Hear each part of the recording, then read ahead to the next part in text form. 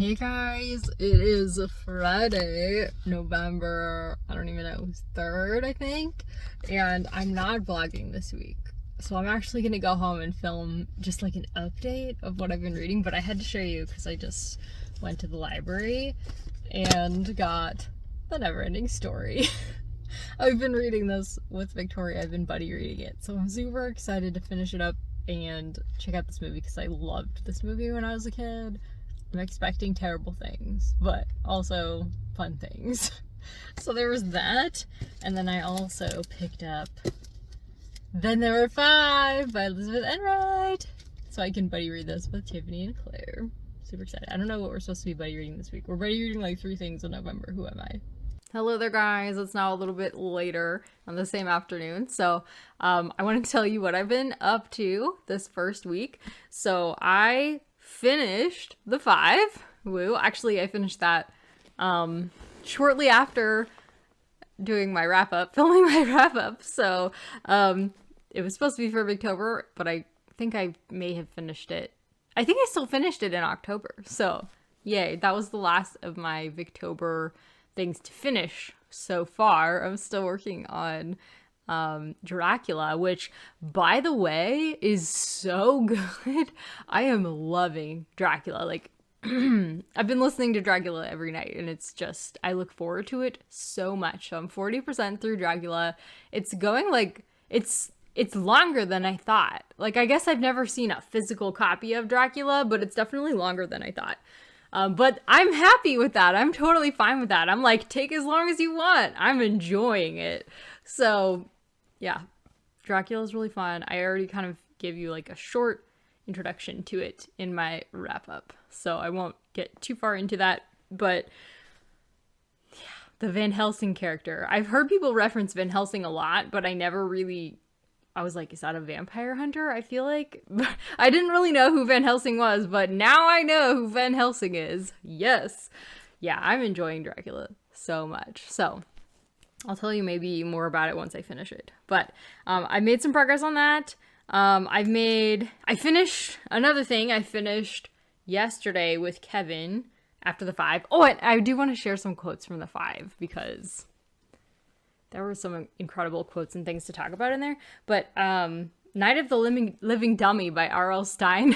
Kevin and I have been going through some Goosebumps books because they were childhood favorites of him.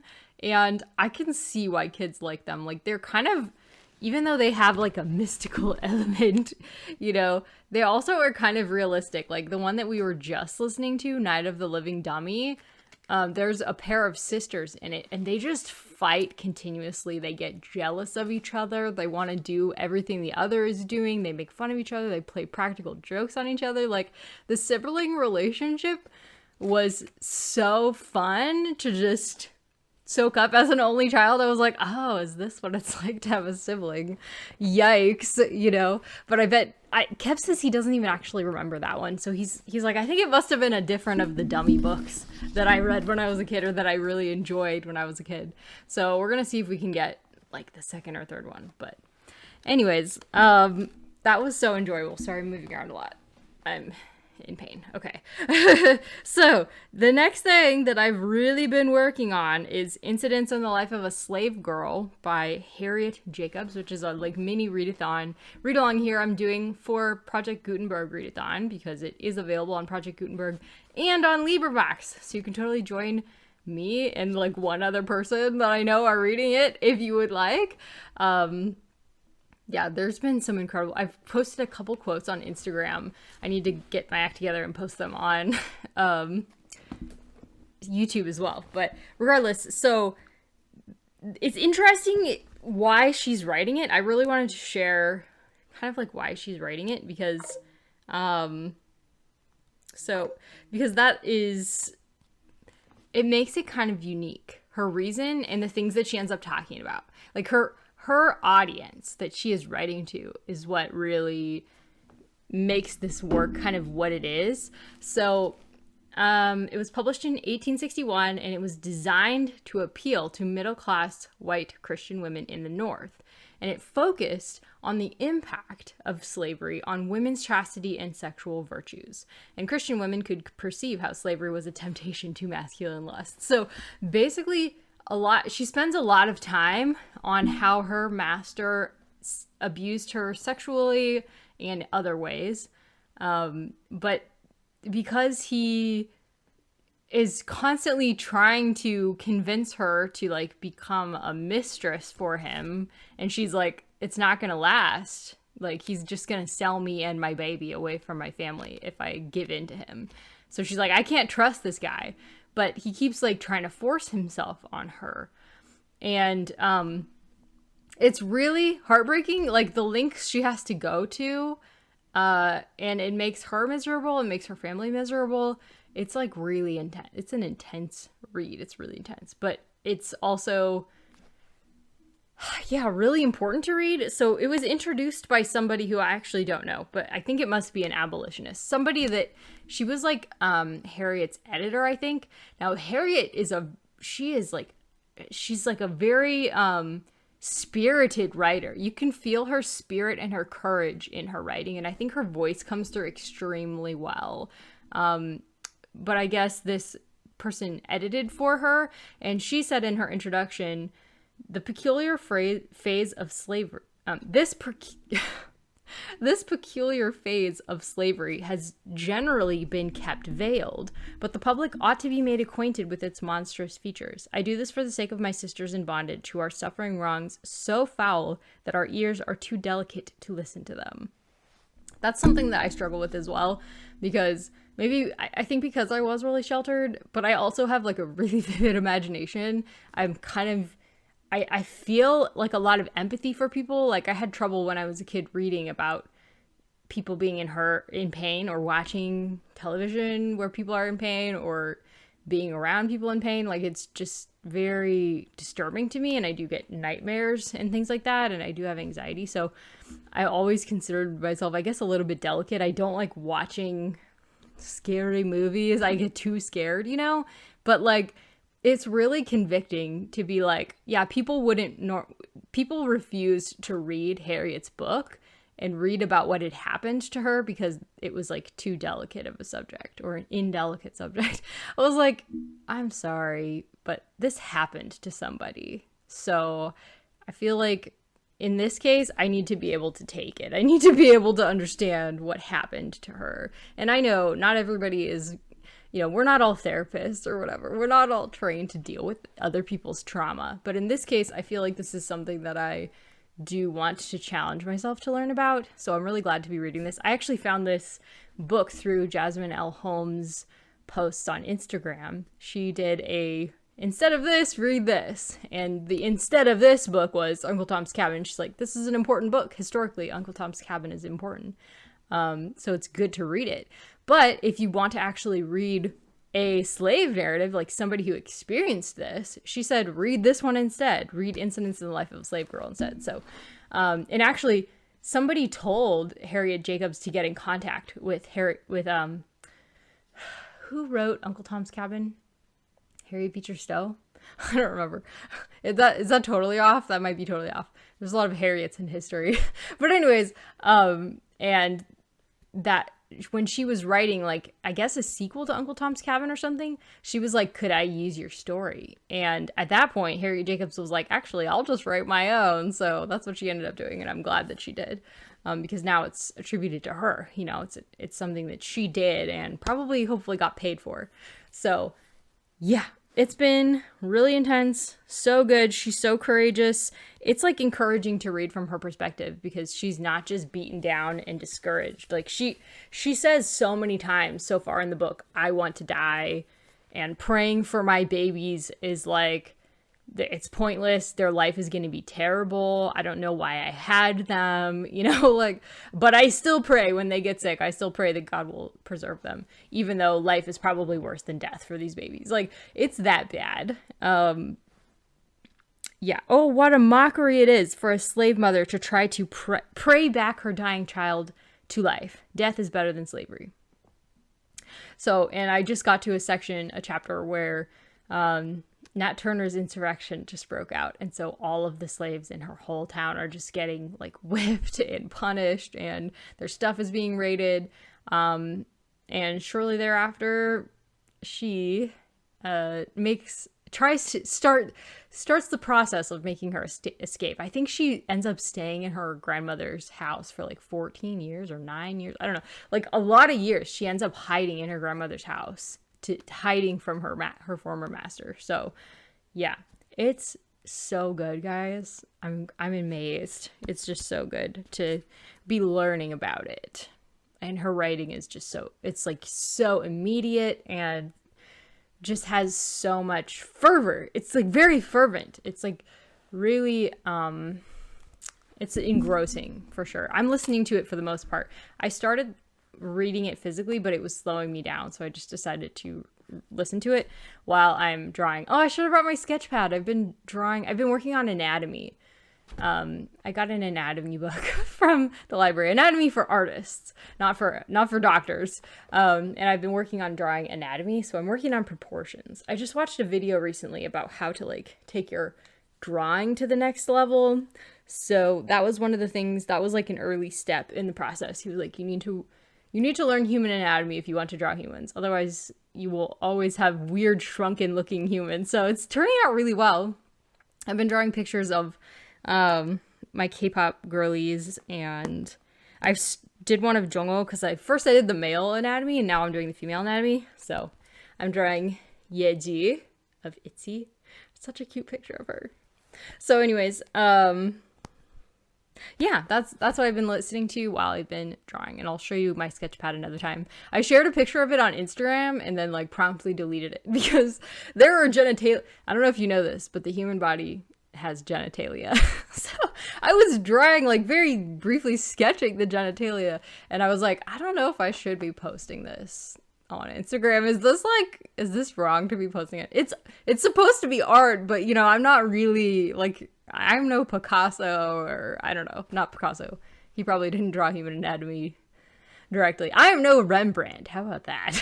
So I don't know if I want to subject people to my art, but I'm really happy with it. I think it's looking great, but do other people need to see it? Probably not. So I haven't really shared. But once I get some like finished product type drawings, I'll share it maybe with you guys. So anyways, okay, the 5. I wanted to share some quotes from the 5 because, oh, and also I'm so excited, guys. I just ordered a book from the Daily Grace Company, an Advent book. So I'm adding on to my Advent TBR. My mother-in-law and I are going to work on an Advent book together. So people in my Bible study have been telling me the Daily Grace Company makes like the coolest Bible studies and stuff. And I was like, I'm sure they do. I just don't usually buy Bible study like books because I just study the Bible directly and then I use commentaries and I read commentaries. But it's kind of nice sometimes to just have a like really actually gorgeous book that you're really excited to get back to and study that. So I'm doing an Advent, and we're gonna just try it out and see if we like it. And if we really like it, then cool. We know we can do it again. So anyways, the 5. So something that the 5 really talked about, which I thought was so interesting. Why do I talk about sex so much in these videos, guys? I don't know.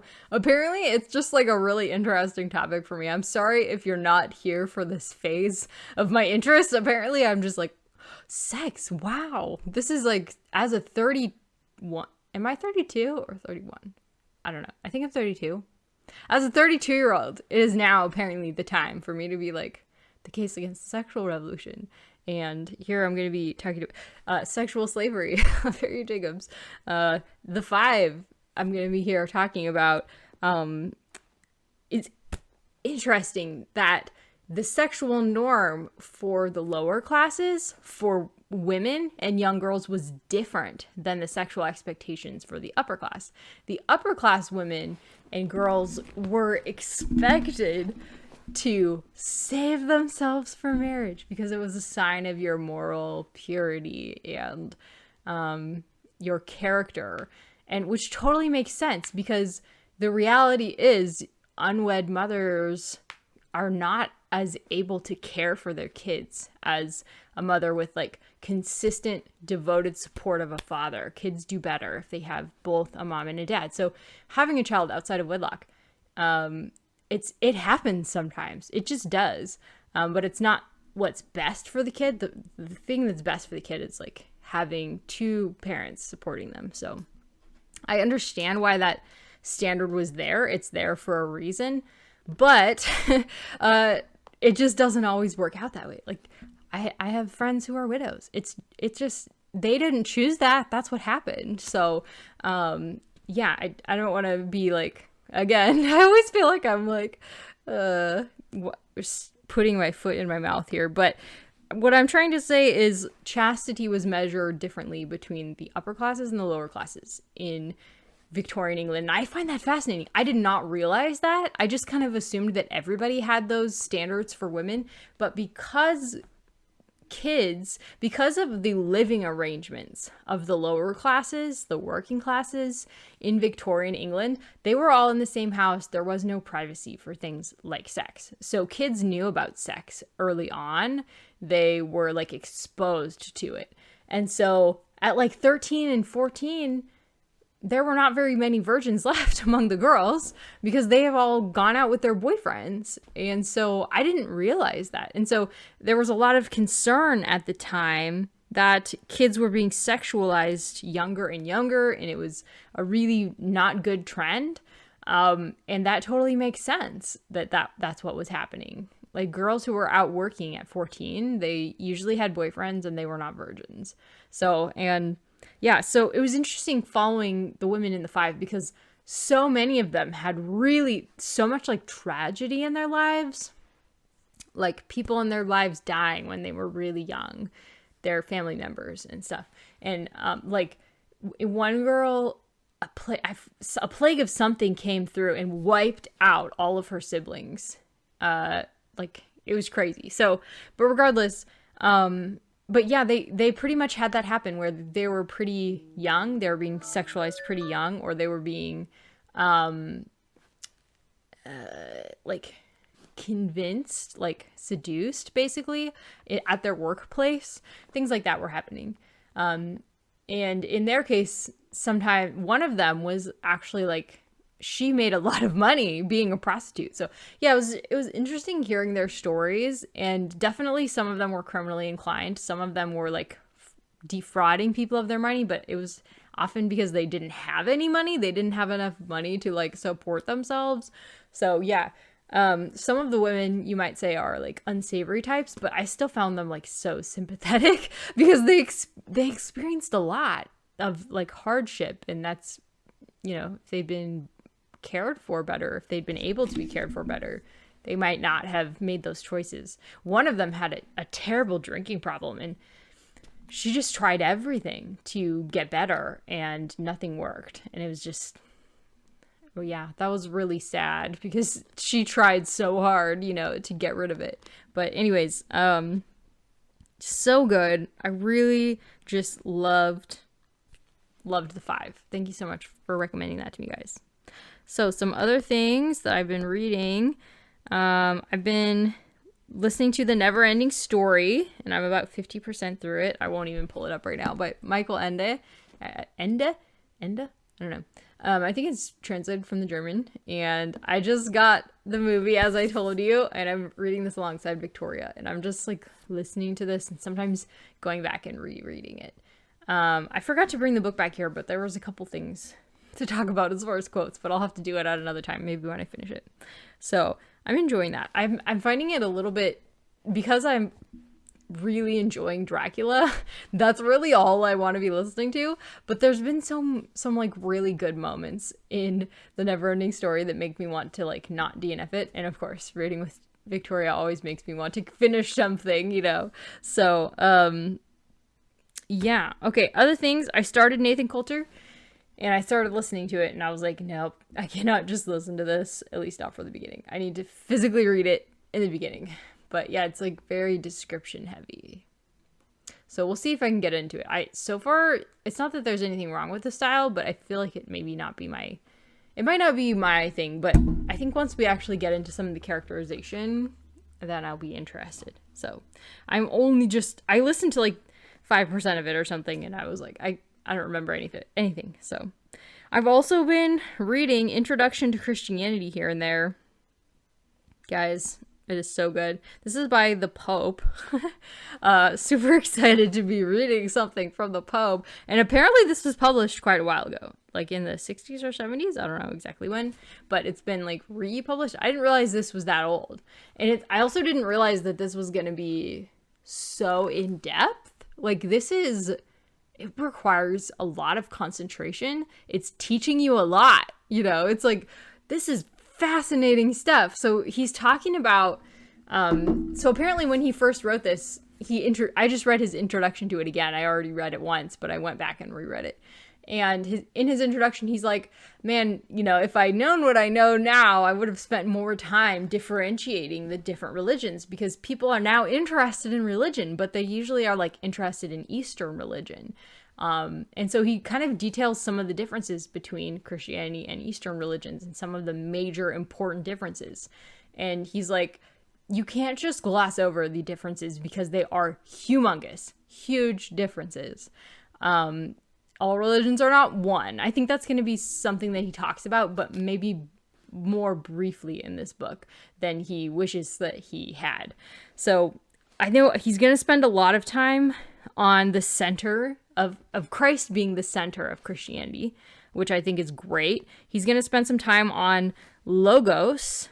So this is interesting. I'm just going to read this little portion about Logos to give you an idea of what this book is like.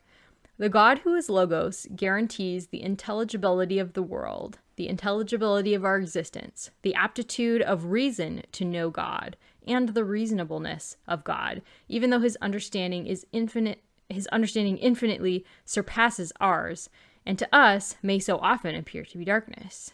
The world comes from reason, and this reason is a person, is love.